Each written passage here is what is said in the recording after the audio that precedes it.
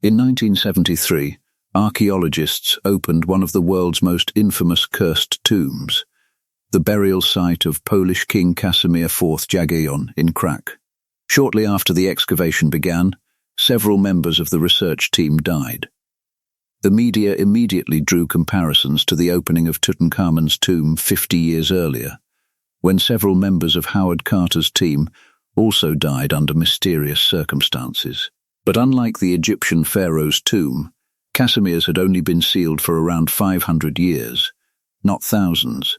When the excavation started, archaeologists worried it may have already been looted by Russian forces during World War II, as had happened with several other Polish royal tombs. Casimir IV was buried in the chapel at Wawel Castle, following his death in 1492. When researchers finally opened the tomb, instead of finding treasure, they uncovered what many believe was a curse.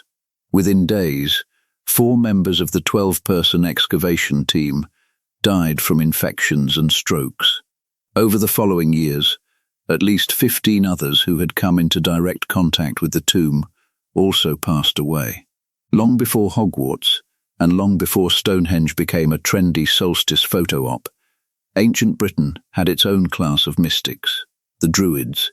They were prophets, scientists, warriors, philosophers, and, apparently, festival organizers for the gods. Legend even claims they could cast spells powerful enough to leave their enemies physically unable to urinate. So yes, crossing a druid was never a good idea.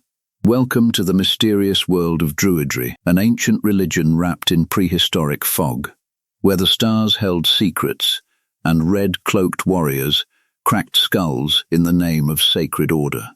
Let's be clear about something. Druids weren't simply old men with long beards chanting in the forest.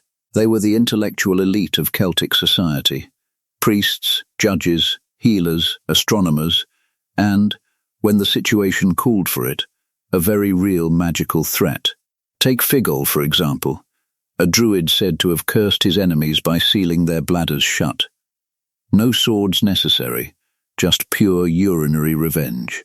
Even so, the modern image of druids isn't too far off the mark. The word druid itself comes from a Celtic root meaning oak. In Celtic tradition, the oak represented knowledge and endurance. Druids were essentially nature-bound scholars, not unlike how Dungeons and Dragons portrays them today. But Druidry involved far more than ritual alone. It had a strict hierarchy.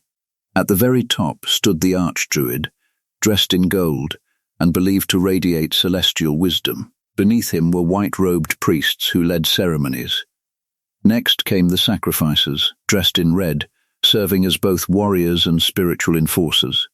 Below them were the bards, poets and artists, clothed in blue. And at the very bottom sat the apprentices in brown, handling the grunt work. Becoming a fully trained druid took roughly 20 years, and every bit of it had to be memorized. No scriptures, almost no writing whatsoever. Every secret was passed down by word of mouth, generation after generation. That's exactly why historians today know so little about them. Little, but not nothing. Druids practiced polytheism, worshipping gods tied closely to nature: the sun, the moon, rivers, forests, fertility and death. They also believed in reincarnation, where the sins of a past life could be repaid in the next. To them, life wasn't a straight line. It was a continuous cycle of death and rebirth. Mention Druids, and Stonehenge probably comes to mind instantly, right? Robed figures chanting at sunrise during the summer solstice. But in reality, Stonehenge predates the Druids by centuries. Built around 2500 BCE, likely for astronomical or ritual purposes, its true builders remain a mystery to this day. The Druids arrived much later and simply adopted the site as sacred ground. They weren't its original architects, but they certainly knew how to turn it into their own solstice stage. And then came their downfall, courtesy of Rome. Julius Caesar wrote about the Druids around 59 BCE, describing them as wise and influential. but also as practitioners of human sacrifice. To the Romans, the Druids were simply too independent, too powerful, and too mystical for comfort. In the 1st century CE, Emperor Tiberius outlawed Druidry entirely, blaming them for wild rituals and rebellion.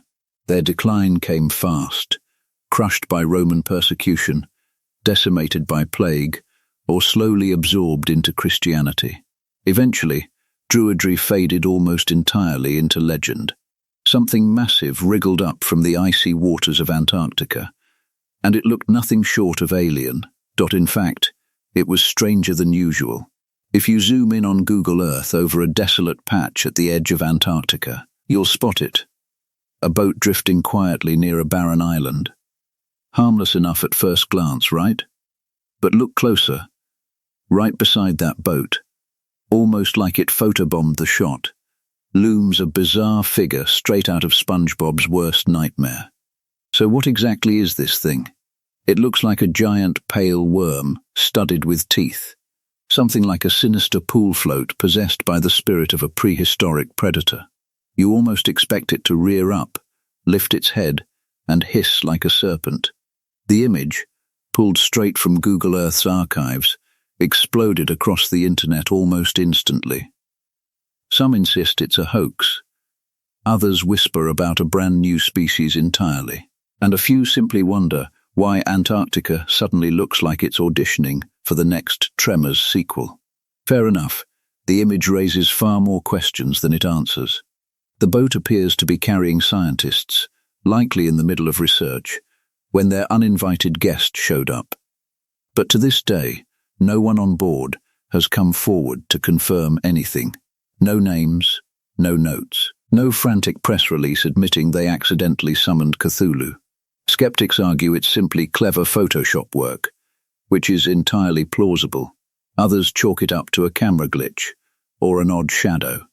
But the most exciting theory suggests this could be a never-before-seen creature rising up from the dark trenches of the Southern Ocean, a real-life kraken. Let's be honest, the deep sea has always felt like a horror movie humanity never finished watching. The Mariana Trench alone is already home to creatures that look like they were sketched during a fever dream. Antarctica remains the last true frontier for oddities like this, cold, secretive, and barely explored. If there's anywhere on Earth capable of hiding a beast large enough to swallow a submarine whole, this is it. Even so, believers admit the creature looks a little too cartoonish, almost suspiciously perfect, practically begging to become a meme. One YouTuber joked that the ocean simply got tired of being ignored and decided to cosplay as a legendary sea demon instead. So what's your verdict? Myth, monster, or marketing stunt? Deep inside a frozen cave in Germany, an Ice Age artist once carved a being unlike anything seen before. A lion standing upright like a man. Or perhaps a man wearing the head of a lion. Either way, it was an extraordinary act of imagination. Quite possibly the first god ever conceived by human hands. It's even older than the ritual turtle altar from that Israeli cave mentioned earlier. Scientists call it the Lion Man, and it stands as the oldest confirmed symbol of religious belief ever discovered. Found in 1939 inside Germany's Hollenstein-Stadel cave, this 12-inch figure was carved from mammoth ivory roughly 40,000 years ago. It fuses human and animal into a striking hybrid, what archaeologists classify as a theanthrope, a mythical being that's part human, part beast. How long would something this small actually take to carve? Research from the British Museum suggests recreating the Lion Man using only Stone Age flint tools would take around 400 hours. Weeks of painstaking labor inside a freezing Ice Age cave. Whoever made this was clearly devoted to the task in a serious way. But what did it actually mean? How do we even know it was religious? Maybe it was simply a toy. Still, most researchers believe it carried ceremonial significance. Something sacred, communal, passed from hand to hand like a treasured relic, rather than tucked away and hidden. Wear patterns on its surface suggest exactly that. It was shared, not stored away on some prehistoric shelf. The cave itself held further ritual clues too: drilled Arctic fox teeth, reindeer antlers, all connected to spiritual practice. The Lion Man may be the earliest evidence that humans believed in something beyond the natural world: a god, a spirit, a guardian, or something even stranger. As archaeologist Adam Brum of Griffith University once put it, this represents proof of our ability to imagine a supernatural being. And isn't that exactly what separates us from every other creature? Dogs have no gods. Caterpillars don't worship anything. Only humans can imagine things that don't physically exist in front of them. And once we started imagining gods, we never really stopped. Here's the twist, though. For decades, the Lion Man held the title of the world's oldest known deity or mythological figure. But newer discoveries out of Indonesia suggest religion may be even older still.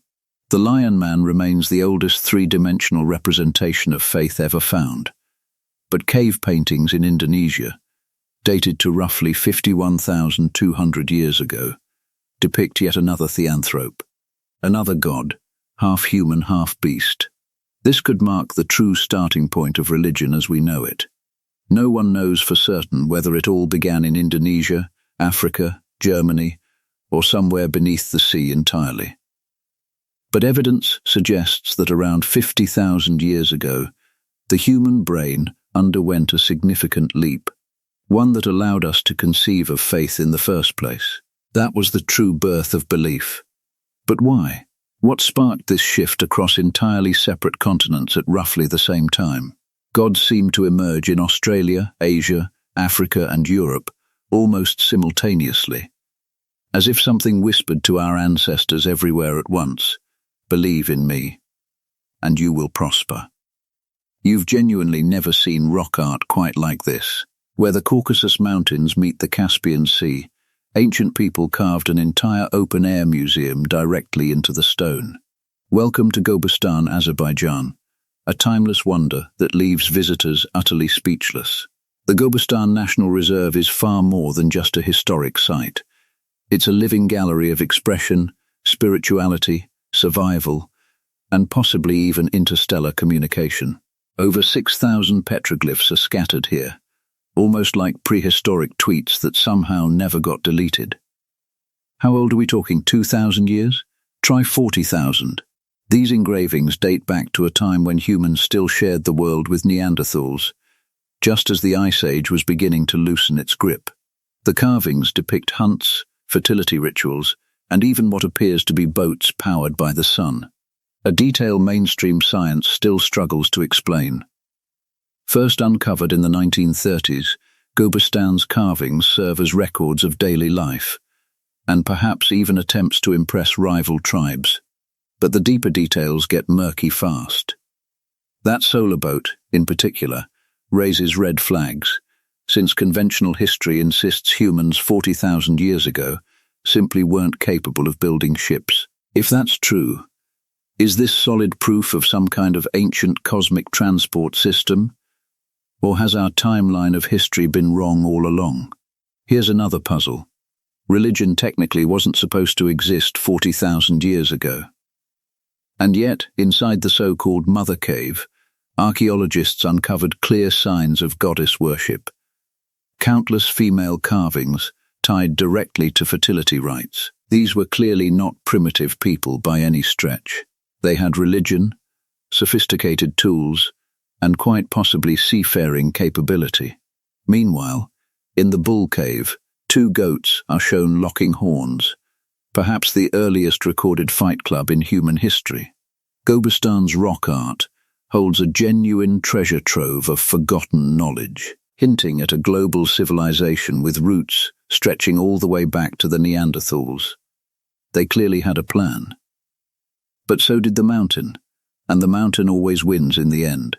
High above the snow line in the frozen heart of the Swiss Alps, 6 hikers set out from Zermatt on what should have been a daring but entirely survivable adventure. They were experienced, tightly bonded, 5 of them from the same family. But nothing could have prepared them for what came next.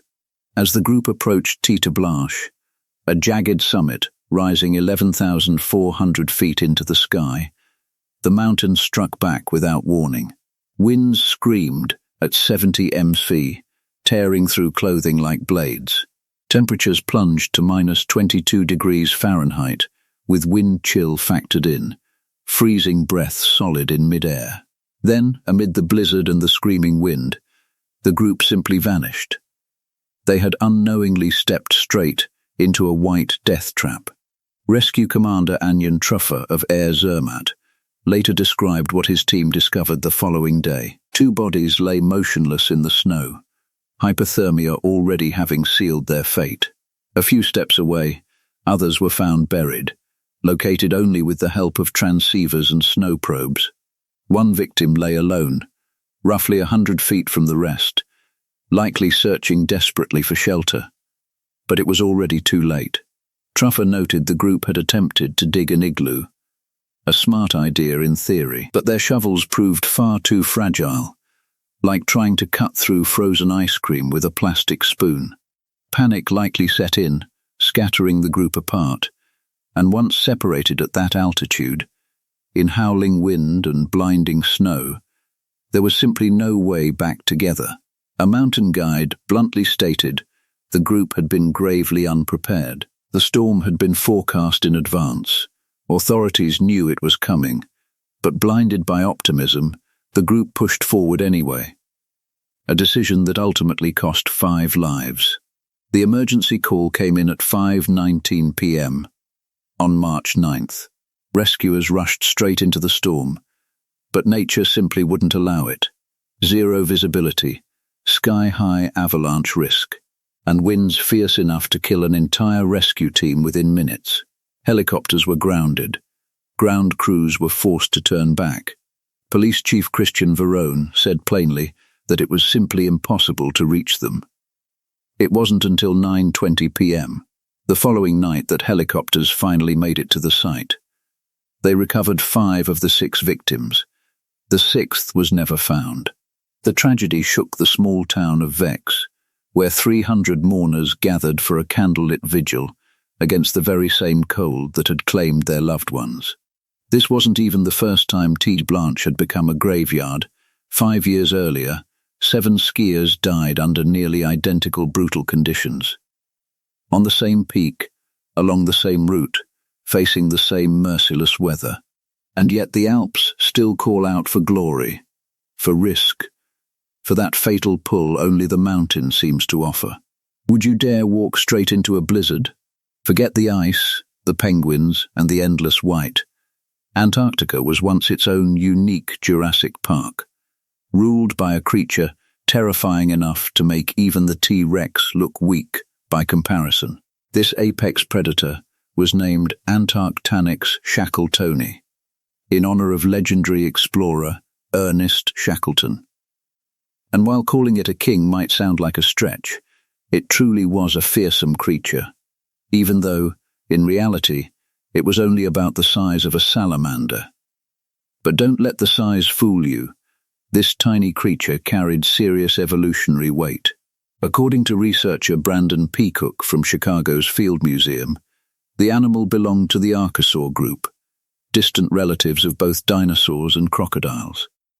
This cold-blooded ruler, living around 250 million years ago, likely feasted on amphibians, insects, and primitive mammals.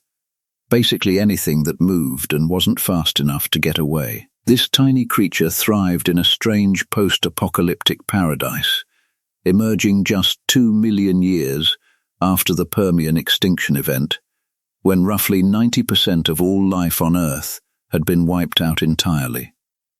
Scientists consider it the most devastating extinction event in the planet's history.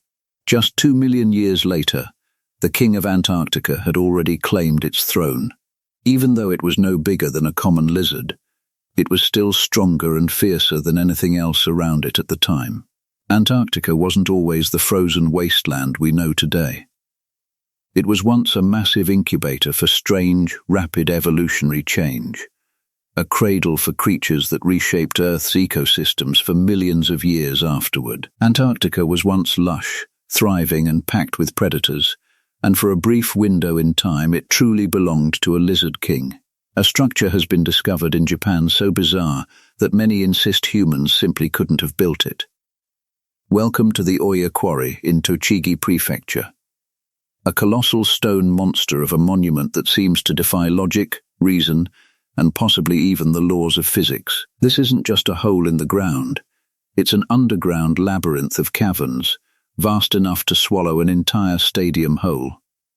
Thousands of square meters carved directly into solid volcanic rock. Here's where the real mystery kicks in. This site has existed for tens of thousands of years, dating back to a time when humans were still fumbling with fire and sharpened sticks. How could ancient people, with no bulldozers, no machinery, and certainly no lasers, have pulled off something modern engineers would struggle to replicate today? It hardly makes sense to credit Stone Age humans with this achievement alone. Maybe they weren't actually the first ones here. Perhaps Oya was the work of a far older, far more advanced civilization, one that existed long before modern humans ever showed up. The ancient builders created massive symmetrical halls, flawlessly cut walls, and sprawling stone chambers that almost seem to echo with long-forgotten secrets. This clearly wasn't the work of a handful of exhausted farmers wielding chisels. It looks far more like the design of a civilization capable of constructing entire underground cities, the kind that would leave modern miners speechless. The real star of this mystery is Oya stone itself. Freshly quarried, the stone starts out soft and easy to shape, but once exposed to open air, it hardens almost like concrete. Oya stone was highly prized by emperors, architects, and temple builders alike, especially throughout the Heian period, spanning from 794 to 1185 C. Many experts believe the royal family directly funded the quarry to secure unlimited access to this valuable stone. Other researchers suspect the royals were simply continuing work that had already been started by an even older unknown people. The quarry may even predate the great flood legends found across cultures worldwide, including the one in the Bible. Even today, with all our modern technology at our disposal, engineers admit that recreating the sheer scale and precision of Oya would be nearly impossible. Some of the massive stone pillars look almost like three-dimensional prints left behind by time travelers. The walls are cut so perfectly flat they appear almost laser-carved, and the twisting, interconnected chambers feel like they were pulled straight out of a surreal Escher painting. In other words, the Oya quarry seems nearly impossible to explain, unless ancient Japan's ancestors somehow possessed superhuman strength. And if they didn't, then who was truly responsible for building this place? Prehistoric stonemasons, a lost civilization, or visitors from somewhere much farther away? No one knows for certain, yet anyone today can walk right in and explore it for themselves. The Oya History Museum now preserves a section of the original quarry. You enter through a small doorway tucked at the base of a hill, and as you descend a spiral staircase, a hidden world suddenly opens up nearly 30 meters below the surface. Echoing stone corridors and towering walls make the space feel less like a museum and more like the secret base of an ancient civilization that never wanted to be discovered. Inside sit tools, artifacts, and remnants, proving humans have been quarrying this mystical stone for ages, reaching astonishing depths in the process. And yet, even with all this evidence displayed neatly behind glass, the bigger questions still loom far larger and stranger than the giant stone walls of Oya itself. Let's step away from Homo sapiens for a moment and talk about a different human species entirely. Homo florescensis, better known as the real-life hobbit. Once upon a time, not in Middle-earth but on a small island called Flores in Indonesia, there lived humans standing barely 90 cm tall, with brains roughly the size of a grapefruit. But despite their tiny bodies and even tinier heads, these hobbits carried a toolkit sophisticated enough to put some modern campers to shame. This discovery, made in 2003, quickly became an evolutionary riddle wrapped in mystery. practically stuffed inside a coconut shell. Scientists are still puzzled over how such a tiny human species, standing just 3 feet tall, could have possibly come into existence. When archaeologist Mike Morwood and his team unearthed a complete skeleton in a cave that same year, they were absolutely stunned. Was this a deformed Homo sapiens? A shriveled ancestor? Or a perfectly adapted miniature human all its own? A new study published in Proceedings of the Royal Society B has offered a compelling clue. Scientists now believe the island itself is what created this hobbit. It all comes down to a phenomenon called island dwarfism. And honestly, the real story behind how this human species emerged is even more dramatic than the novel The Hobbit itself. Yusuke Kaifu's research team used 3D CT scans to examine an 18,000-year-old Homo floresensis skull. They calculated a brain volume of 426 cubic centimeters, slightly larger than earlier estimates, but still far smaller than modern humans, and even smaller than Homo erectus. But brain size doesn't necessarily equal intelligence. Consider the massive T. Rex versus a tiny mouse. Size alone doesn't make the mouse any less clever. Some scientists argue the hobbit's small brain simply reflected its small body overall, meaning it could have been every bit as intelligent as we are. The fact that they were found isolated on an island is the real key here. You might not realize this, but island-dwelling creatures often evolve in genuinely strange ways. Some shrink down dramatically to survive on limited resources, like the adorable pygmy elephants found elsewhere. Others grow into absolute nightmares, like Komodo dragons. Homo floresensis may represent the perfect textbook case of island dwarfism in action. So how exactly did they end up trapped on Flores in the first place? Most likely, the same way those pygmy elephants did, their larger ancestors simply drifted there over time. Scientists believe Homo erectus, a notably adventurous, travel-loving ancestor, eventually reached Flores. Once isolated on the island, with limited food and resources available, natural selection essentially hit the shrink button.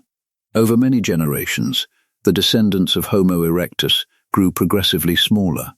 Bodies shrank, brains shrank right along with them, but intelligence appears to have stayed intact.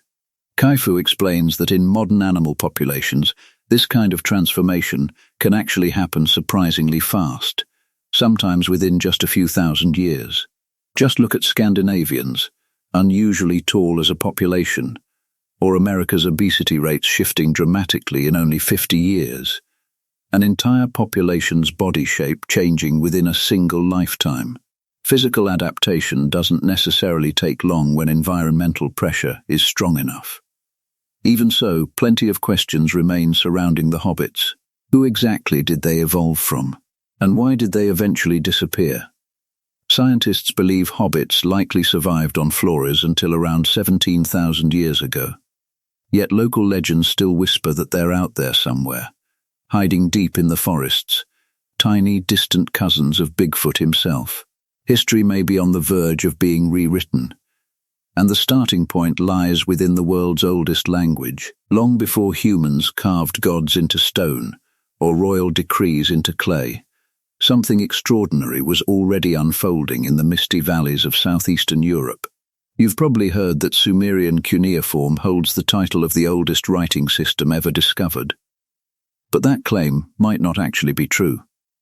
7,500 years ago, along the banks of the Danube River, a civilization emerged that was decades, maybe centuries, ahead of its time. While much of the world was still fumbling through the shadows of the Stone Age, these people appear to have used a written language older than cuneiform itself, or at least that's the growing belief among scientists. And if that turns out to be true, everything we thought we knew about the origins of writing, language, and human civilization needs a reset more drastic than your grandma's ancient computer. The culture believed responsible for this prehistoric writing system is known simply as the Danube civilization. They knew how to craft copper tools. They built 2-story homes that resembled ancient apartment blocks. They even handcrafted chairs that wouldn't look out of place on a modern DIY show. They spun thread, wove textiles, tanned leather, produced pottery, and, remarkably, invented the wheel. Yes, the wheel itself, a mysterious circular concept even the Mesopotamians never quite landed on. The Sumerians accomplished plenty and developed complex systems of their own. Yet they never actually mastered the wheel. Today, scientists suspect some unnamed genius in what's now modern Romania beat them to it entirely. None of this is confirmed with total certainty, but the evidence keeps piling up regardless. The most striking feature of the Danube civilization remains its mysterious written language. Among the countless artifacts recovered, archaeologists have uncovered thousands of intricate symbols. There are so many of them that some experts now believe this represents the world's very first writing system. What would that mean exactly? It would mean the true cradle of civilization might not be Mesopotamia or Africa at all, but the Balkans. The pioneer behind this research is Harold Harman, a linguist who spent his career decoding ancient scripts and deputy director of the Institute of Archaeological Mythology. Harman has spent years studying these symbols, collectively known as the Vena script. According to him, they've turned up across a surprisingly wide region, stretching from northern Greece all the way to Slovakia, lending weight to the theory that this civilization once held far-reaching influence. Naturally, skeptics pushed back hard. Most Mesopotamian scholars flatly rejected the idea. Some argued the symbols were nothing more than decorative patterns. Others insisted they must have originated in Mesopotamia, an awkward claim, considering many Danube artifacts predate their Mesopotamian counterparts entirely. Here's a lesser-known detail worth noting. The Vena script contains more than 700 unique symbols, remarkably close to the total number found in Egyptian hieroglyphics. Coincidence? Or did Egypt later borrow from this much older prototype? Before empires rose and eventually crumbled, one single metal ruled over all of them: tin. 3,000 years before the English were sipping tea and the Egyptians were stacking scrolls in libraries, tin was considered pure treasure. Today it feels almost mundane. But in the ancient world, tin, quite literally, meant power. As mentioned before, the ancient world was far more interconnected than most people assume. And here's solid proof. An entire prehistoric global economy built almost entirely around tin. In Cornwall, England, miners crawled through damp, cramped tunnels to extract raw blocks of tin. From there, it was sold off to Sardinian sailors, who hauled it across open seas straight to Egypt's pharaohs. They likely had no idea at the time. But looking back now, it's clear they had effectively built the world's very first international trade network by the 13th century BC. The English supplied the raw tin, but it was the Nuragic civilization of Sardinia that became the true hub of the entire operation. This mysterious culture left behind more than 10,000 stone structures scattered across the island. They were master builders of megaliths within the ancient world, yet their religion, politics, and true origins remain largely a mystery to this day. The one certainty we do have: they loved bronze, and they were among the very first to truly master it. Bronze, of course, is made by combining copper and tin. Sardinia had copper in abundance, but zero tin of its own, meaning tin had to be shipped in from distant Cornwall. Thanks to that single dependency, a remote, rocky peninsula on the edge of England transformed into the gold mine that quietly powered the entire Bronze Age economy. Research shows Cornish tin reached as far as Israel and Turkey roughly 3,300 years ago. Shipwrecks discovered off the coast of Devon even revealed genuine international shipping routes in action. Cornish tin found alongside Sardinian artifacts, Spanish goods, and Danish amber, all travelling together. Put the evidence together, and it becomes clear the Sardinians were essentially logistical masterminds running a full-scale trade operation across Europe. Materials from Scandinavia, England, and Iberia flowed steadily into Sardinia, then spread outward to Cyprus, Crete, the Near East, and well beyond. They were, in a sense, the FedEx of the Bronze Age, minus tracking numbers and porch pirates, but very much equipped with horn-helmeted warriors and formidable ships. Today, thousands of nuragic towers still stand scattered across Sardinia, quiet stone ghosts of a civilization that once effectively defined globalization during the Bronze Age. And yet, most textbooks barely give them a passing mention. Thanks to the combined efforts of archaeologists from Durham, Gothenburg, Cagliari, Freiburg, and beyond, the nuragic mystery is finally starting to come into focus. According to Dr. Sabatini, an expert in Bronze Age trade networks, this isn't just a story about Sardinia, it's a story about Europe as a whole, tying together Cornish miners, Danish merchants, and Sardinian shipwrights into a single connected web. The lingering question that remains: just how long had these distant civilizations actually known about one another? Pretty remarkable when you stop and think about it. A strange skeleton, unearthed from a pit in Germany, may end up rewriting the entire history of humankind. It belonged to an ancient ancestor, possibly the very missing link connecting humans and apes. This tiny creature lived roughly 47 million years ago. It resembled a monkey with a long tail, short arms, opposable thumbs, and forward-facing eyes. Its overall appearance came strikingly close to that of a human, apart from that unusually long tail trailing behind it. What fascinated scientists most was that, according to a research team led by Professor Junian Hurum, a Norwegian fossil expert, this creature appeared to be caught right in the middle of a major transformation. It still carried a tail and several monkey-like traits, yet it was missing key features found in nearly every other primate of its era. It had no claws for grooming, and it also lacked the specialized lower teeth formation known as a tooth comb. This strongly suggested it was among the very earliest primates beginning to break away from its evolutionary branch toward something more human-like. In other words, this fossil captured evolution frozen mid-motion. The skeleton was given the name Ida, offering a rare window into a period when the world itself was undergoing dramatic change. Dinosaurs had only recently disappeared, the Himalayas were just beginning to rise into mountains, and strange new mammals were once again roaming the jungles. Ida was one of these remarkable creatures.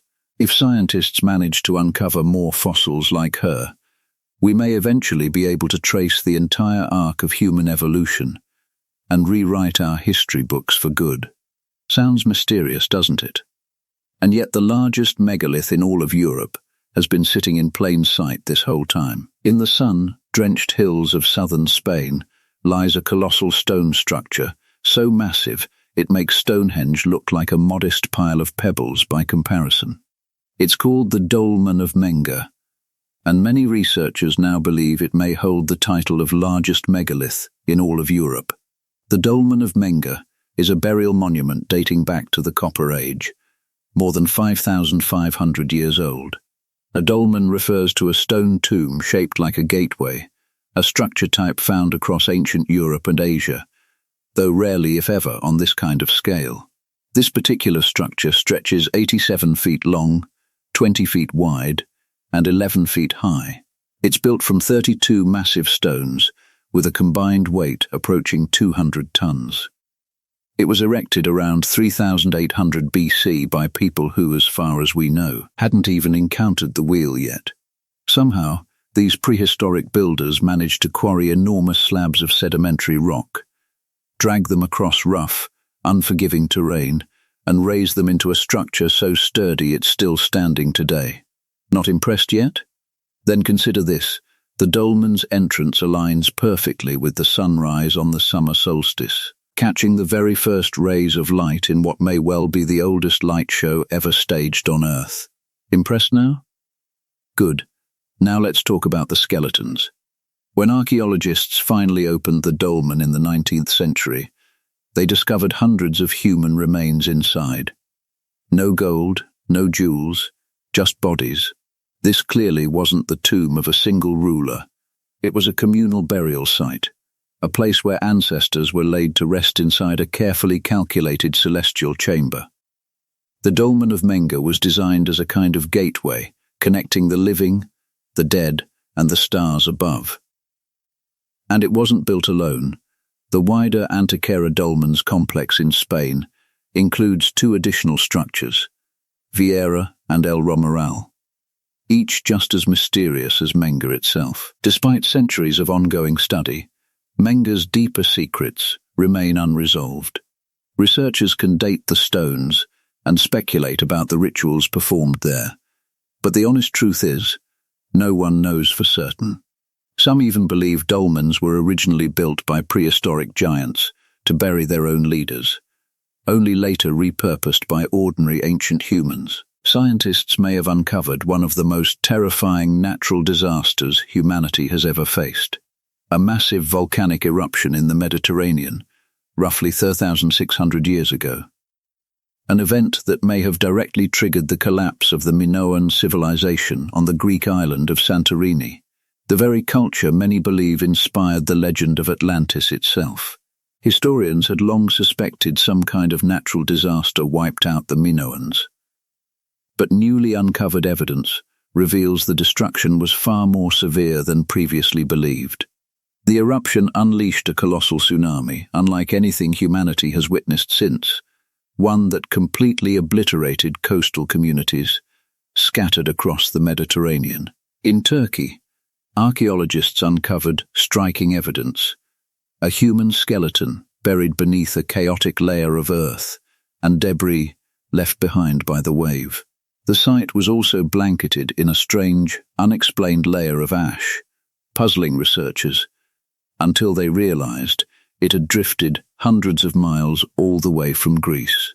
Piecing the evidence together, they concluded the tsunami had been violent enough to destroy settlements along Turkey's western coast, killing the man whose remains were later found and burying him for nearly 4,000 years.